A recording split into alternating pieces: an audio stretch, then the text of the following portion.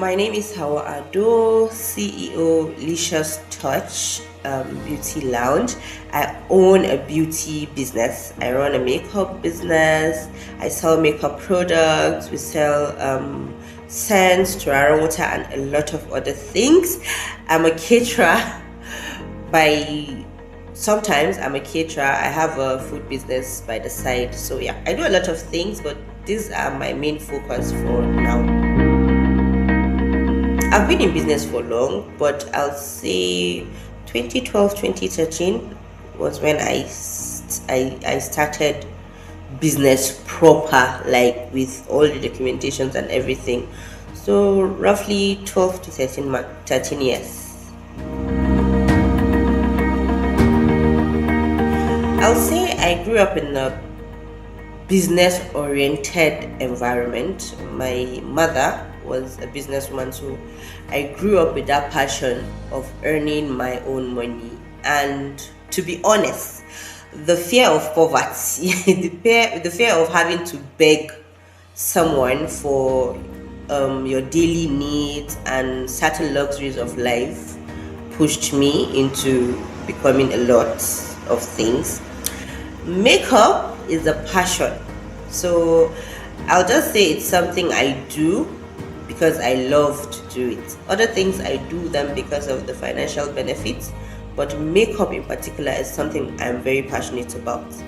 So yes, the fear of poverty and the environment I grew up in, I would say are the major motivations I have for starting up a business.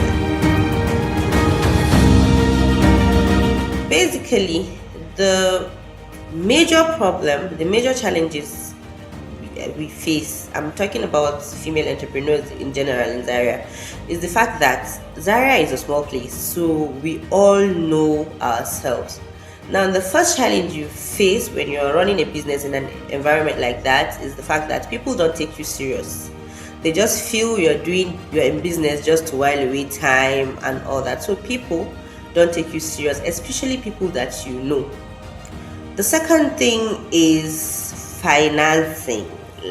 Like I said, people don't take you serious. So it's hard for you to get financing if you're not really, really buoyant.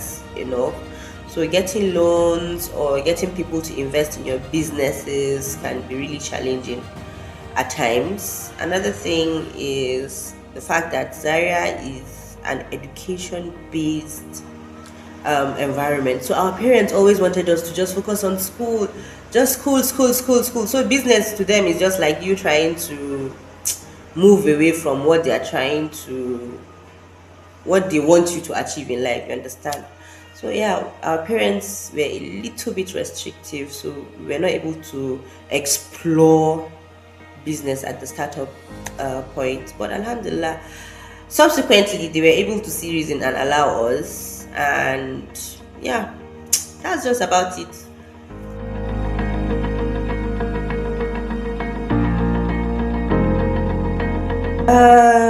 Yes, it's a common belief because I've heard people complain about it. I've heard people saying, I have to move out of Zaria before I make it in this business, or I want to do this business, but it's not going to move in Zaria. The thing is, there's a lot of untamed potentials in Zaria.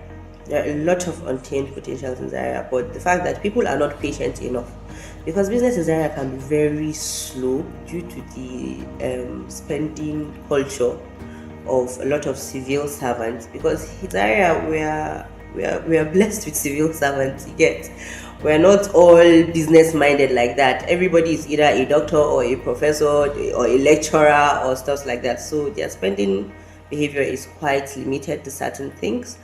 But if you're patient enough, definitely your business is going to pick up.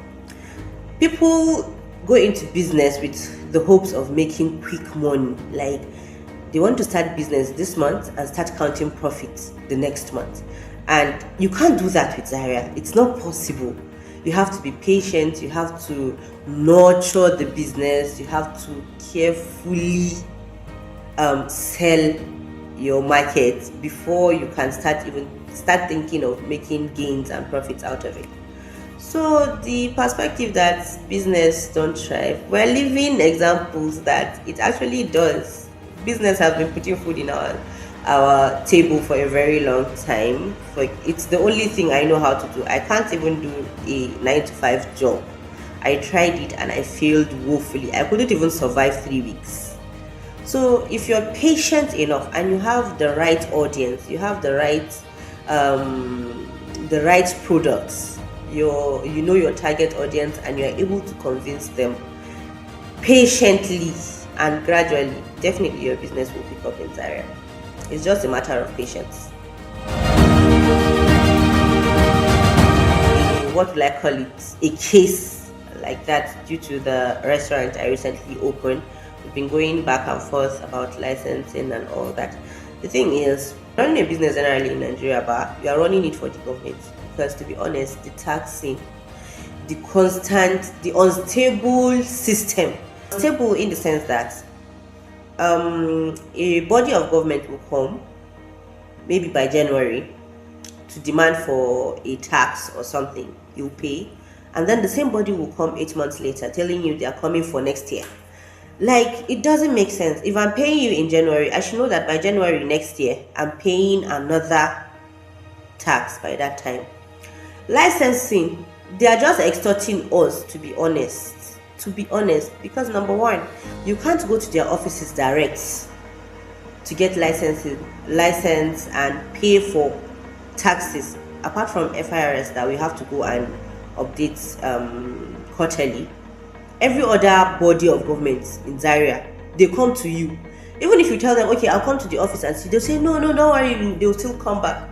That means there's foul play somewhere. You understand? So, gaskiya, generally, they are giving us serious stress. I will not even lie to you.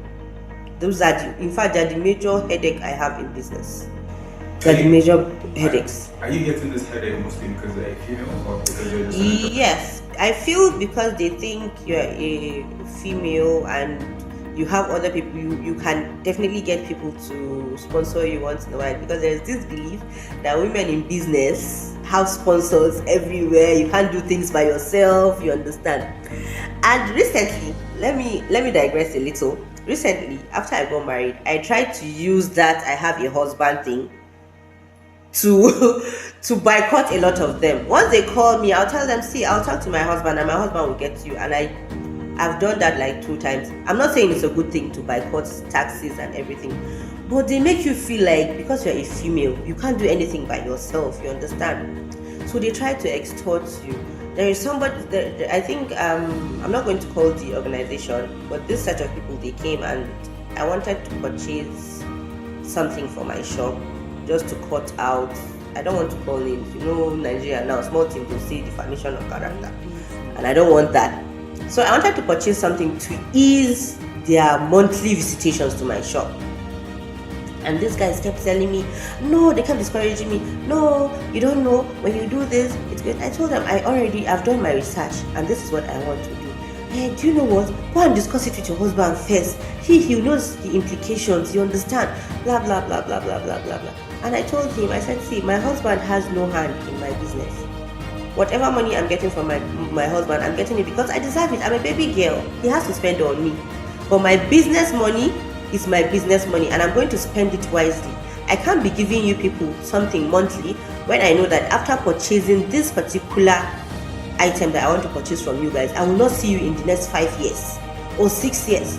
So why should I keep entertaining you monthly? You get? So I feel because you're a woman, a lot of people, especially men, sorry, I'm not being, you get, they just feel you can't do things by yourself. And I feel insulted sometimes because, forget it. I can be a baby girl, but I can actually take care of my business myself. Actually, I'm actively part of 2. And recently I found another body, but I can't talk about that. We have the Zazzle Female Entrepreneurs, and then we have the Zaria Vendors Connect. The Zazzle Female Entrepreneurs basically is a female-based organization. They deal with vendors from all walks of life. We have females that we have farmers, We have caterers, bakers, makeup artists, gift curators, event planners, photographers, videographers. So we have a lot of vendors there, and what what that particular organization does is try to sensitize females about most of the rules and regulations concerning a particular industry that you're in. We have annual meetings where we invite people from various sectors to come and give us like educative tips on how to grow our business. They teach us how to promote and build businesses generally. So Zaza Female Entrepreneurs is one body that I really benefited from. It has been in existence for like 7 years. So yeah. Then the Zazo Vendors Connect also is a female-based body that deals with female vendors. So they're educative too, but not as deep and as intense as these other female vendors. There are other bodies too. We have the Zaria makeup artists groups. We have the Bakers Connect. We have this other organization that deals with female lawyers. I'm going to check and then I'll let you know. So yeah, there are a lot of bodies actually. They also help us with business regulations like pricing, like makeup artists, this should be your ranges from this to that. Bakers, this is an update, there is an increase in this and that, and so you can regulate your prices within this range to that range, which is actually good because business is competition, but we still have to make gain and profit out of it. Technology is the best thing that has ever happened to any female vendor. Let me tell you why. Now, for instance, you have ladies that come from families that don't allow them to mingle with people. A lot of these ladies make millions out of using social media just in the comfort of their homes. Personally, most of my customers, most of my sales I make online because even though you are in Zaria, even though you know a lot of people, you don't have that time, or rather, would I say, social media has just taken over. You don't have that time to go to the market to sell. You know, before we go door to door to market stores, I can remember around 2011, 2012 when I started my liquid soap businesses. I had to go to like 200 houses in the area I live to market those products, block by block, one house after the other. Now all you need to do is just make good use of your social media. Get your exact, in fact, there is this thing they call target audience. You can get your target audience and push your products to them only without anybody telling you, oh no, I don't use this, I don't need it. You know that they need it, so you just sell it. Social media has been a great support, and I use mostly my WhatsApp. I'm trying to be better on my Instagram page and my Facebook page, but I see a lot of female vendors selling on TikTok, on Instagram, and they are making good money. So my advice is you don't actually need a physical space. Yes, you can actually make good use of your phones and your data instead of just spending the whole day surfing through the internet. You don't need a physical store. There are courses, people run courses on how you can sell markets. People online run courses on how you can market your product, how you can reach your target audience, pay money, invest, learn these things, and make good use of your phones and your laptops instead of just going through and gossiping on them and all that. So technology has been the best. I've been away from my physical stores for a long time. I can't even tell you that I'm present anymore. But I still make sales because my WhatsApp is active, my Instagram is active, and I get to make sales out of those platforms. To me, is having a lot of people under me that actually benefit from what I do. I think it's the most rewarding part. I have businesses that I run that I don't actually make a lot of profit, but because I have like 6, 7 people under me making money out of that business, I can't just close it down. So seeing people happy, making people happy, helping them solve their day-to-day needs is the most rewarding part of my business. And the fact that I'm able to do things for myself without any hindrance. If I wake up today and I want to add 2,000 calories on my normal calorie, I'll purchase it without thinking, it's this person that gave me the money, or the person will ask me how to spend it. So the most rewarding aspect of my business is actually having people under me that are doing well and good for themselves. Alhamdulillah, I think that's the most rewarding part of any business I'm running. I always say this to my mentees: start little. You don't need a huge amount of money to start any business, especially in Zaria. You cannot invest a lot of money just to start up a business. Start little. Lower your niche, like narrow your niche to something that you know people need.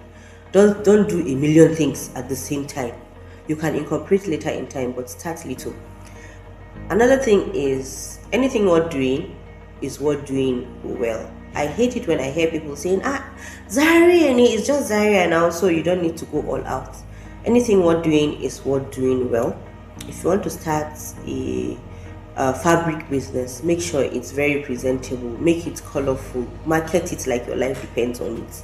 Don't just start today, post 1 or 2 today, and then disappear because your friends, I have friends now, so they've bought like 5 pieces, maybe next month they'll still buy. No, market it like your life depends on it. Make it presentable.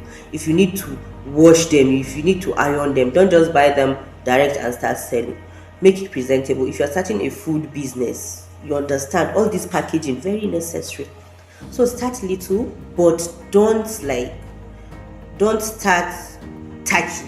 Starting little doesn't mean starting tacky. Like tacky, I mean bad packaging, it's not shining, it's not catchy, not shiny, catchy like that. Another thing is, don't let anybody tell you that because you're a woman you can't do it. You can do it, my dear. You can do it. The same brain men are carrying in their head is the same thing we are carrying in our own head. The only difference is we make our hair and they don't. But the same thing they can do, we can do it too. So don't let anybody tell you, Zaki, there are women that are carpenters and they are doing exceptionally well. In fact, the furniture I have in my house was made from a friend who is actually a female. So you can do it. Whatever it is you want to do, you want to start painting, do it. You want to start photography, go into it with your full chest. You get, market it like your life depends on it. Let all this noise about limitations and anything they should not block your medulla, whatever it is. You get what I'm saying, Sha? So yeah, that's just it. Start. Don't procrastinate. Start. Whatever it is you have. If you have just 2 pieces of wrappers and you want to go into wrapper business, post them and sell them. The gain you make, buy 3. Before you know, you've started. You understand? So do that. Another thing I'm known for is shamelessly marketing my business. Whether I know you or I don't know you, when I see you, I'll market my business. It's as simple as that. So all that big girl stuff, Zaria women, we like catching levels. Everybody is we like maintaining steeze and composure, as they say. So don't let that get to you. Please market your business. So market your business. I want to tell you people something, but it's on camera. So when we meet, I'll explain why I'm saying market it like your life depends on it. Well, nothing much apart from the normal plea for people to take it easy on us. We are female vendors. We have, in as much as we are vendors, we actually have a life we're living. Yes. You have a family to run, you have your extended family to take care of, you have your friends, and so please take it easy on us, pardon our little mistakes here and there, and still patronize us even with our bad character. Because once in a while you hear complaints about Aida Mama Tabusi is a business, but she's so rude, she doesn't do this, she's sluggish. Ejo, please. We beseech you people's patience and understanding. And if you have any female around you that is trying to start a business or something, please encourage us. We need that daily encouragement. I have my friends calling me, you're doing well, keep it up, and it's just the push you need. Sometimes a word of encouragement from a family or a friend is all we need to keep us going. If you have anyone in your life, a female that is running a business, from time to time check up on them, give them what do you call it, constructive criticism. Let it be an encouragement, more like a belittling. Yes, oh babes, you are doing well, but if you do this and do that, you might pick up. If you learn something new, share it with your female besties too that are in the same business, please. We're all we got. We need all the encouragement we can get. So that's about it. Thank you so much.